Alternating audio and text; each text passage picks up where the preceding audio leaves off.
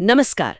आज हम एक बहुत ही जानी पहचानी पौराणिक घटना की गहराइयों में उतर रहे हैं, जिसके बारे में हम सब ने सुना तो है, पर शायद उसके असली मतलब पर उतना सोचा नहीं। भगवान कृष्ण द्वारा अपने मामा राजा कंस का वध और उसके फौरन बाद वो गूंजने वाला शंखनाद। हमारे पास जो जानकारी है, जो स्रोत है, वो इस घटना की परतें खोलते हैं।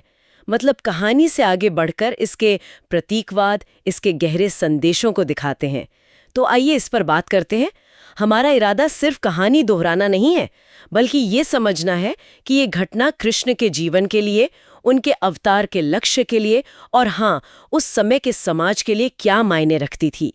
क्यों ये सिर्फ एक रिश्तेदार का बदला या राजनीतिक हत्या नहीं थी, बल्कि कुछ और भी था। जरा सोचिए वो सीन, मथुरा का वो बड़ा सा अखाड़ा, लोगों से खचाखच भरा हुआ, माहौल में डर भी है, तनाव भी, और फिर अचानक उसी भीड़ के सामने एक किशोर जैसे दिखने वाले कृष्ण अपने भाई बलराम के साथ न सिर्फ कंस के भेजे पहलवानों को हराते हैं, बल्कि सीधे राजा कंस को, हाँ, उसके सिंहासन से खींचकर नीचे लाते हैं और उसका अंत कर देते हैं सबके सामने। ये सिर्फ एक राजा का मरना नहीं था, ये तो जैसे इतिहास का पन्ना पलट गया हो। हाँ, आपने माहौल बिल्कुल सही बताया। वो सिर्फ एक कुश्ती का अखाड़ा नहीं था, वो तो जैसे कंस के डर, उसके आतंक का सेंटर बन गया था। और कृष्ण का वहां सबके सामने कंस को मारना, ये सिर्फ कंस के जुल्मों का अंत नहीं था, ये अन्याय पर न्याय की, अधर्म पर धर्म की जीत का एक पब्लिक अनाउंसमेंट था, एक तरह से। और ये समझना जरूरी है कि कृष्ण ने इसके बाद क्या किया, क्यों किया, और हाँ, उस शंखनाद की गूंज का असली मतलब क्या था। बिल्कुल। और कहानी की जड़ तो कंस को अपने डर में थी, है ना। जैसा कि हम जानते हैं, एक आकाशवाणी हुई थी कि उसकी अपनी बहन देवकी, उनकी 8वीं संतान ही उसकी मौत का कारण बनेगी। और इसी डर के मारे उसने देवकी और वासुदेव को सालों साल जेल में रखा, उनकी 7 संतानों को पैदा होते ही मार दिया। कृष्ण वही 8वीं संतान थे जिनका जन्म उसी जेल में हुआ और फिर जैसे चमत्कार से उन्हें गोकुल पहुंचाया गया। फिर सालों बाद जब कृष्ण और बलराम वृंदावन से मथुरा आए तो कंस का डर तो और बढ़ गया होगा ना। उसने उन्हें मारने की कितनी कोशिशें की, कभी जहर देकर, कभी राक्षस भेजकर, और आखिर में ये मल्ल युद्ध का प्लान बनाया। इसमें चाणूर और मुष्टिक जैसे बड़े पहलवानों को खास तौर पर कृष्ण और बलराम को मारने के लिए रखा था। हाँ बिल्कुल, पूरी तैयारी थी उनको खत्म करने की। पर हुआ उल्टा।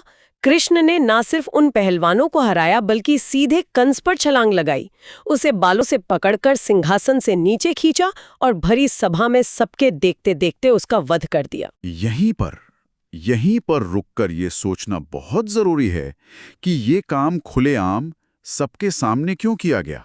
देखिए, कृष्ण चाहते तो चुपके से या किसी और तरीके से भी कंस का अंत कर सकते थे, है ना। हाँ बिल्कुल।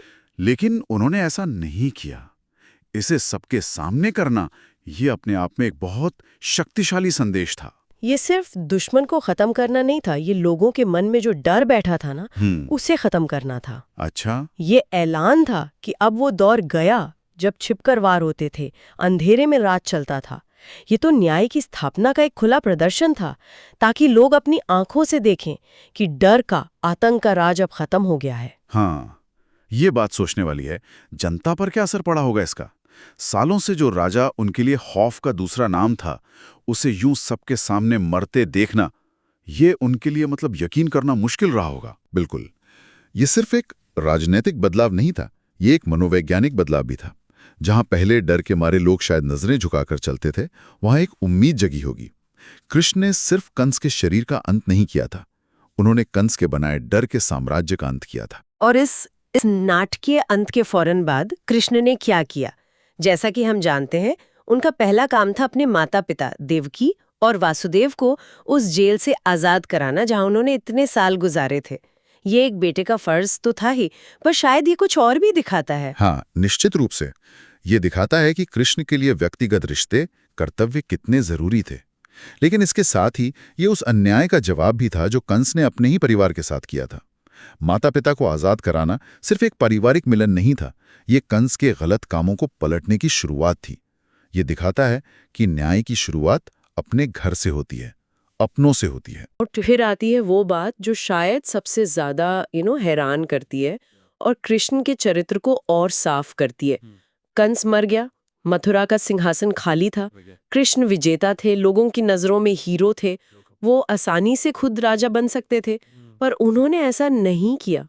उन्होंने कंस के पिता उग्रसेन, जिन्हें कंस ने ही गद्दी से हटाकर बंदी बना लिया था, उन्हें ढूंढकर वापस सिंहासन पर बैठाया। ये कदम तो बहुत अलग है। अलग जरूर लगता है, बिल्कुल, खास तौर पे आज की दुनिया को देखें जहां सत्ता के लिए सब कुछ होता है। लेकिन यही चीज कृष्ण के अवतार के मकसद को सबसे साफ दिखाती है। उनका लक्ष्य राज करना नहीं था, राजधर्म को स्थापित करना था। राजधर्म। हाँ, उग्रसेन न सिर्फ कंस के पिता थे, बल्कि वो मथुरा के सही वैध शासक थे, जिन्हें कंस ने अन्याय से हटाया था। उन्हें वापस राजा बनाकर कृष्ण ने यह संदेश दिया कि सत्ता निजी इच्छाओं के लिए नहीं, बल्कि धर्म और प्रजा की भलाई के लिए होती है। उन्होंने अपनी ताकत का इस्तेमाल सिस्टम को ठीक करने के लिए किया, खुद उस ताकत पर बैठने के लिए नहीं। मतलब ये सिर्फ विनम्रता या त्याग वाली बात नहीं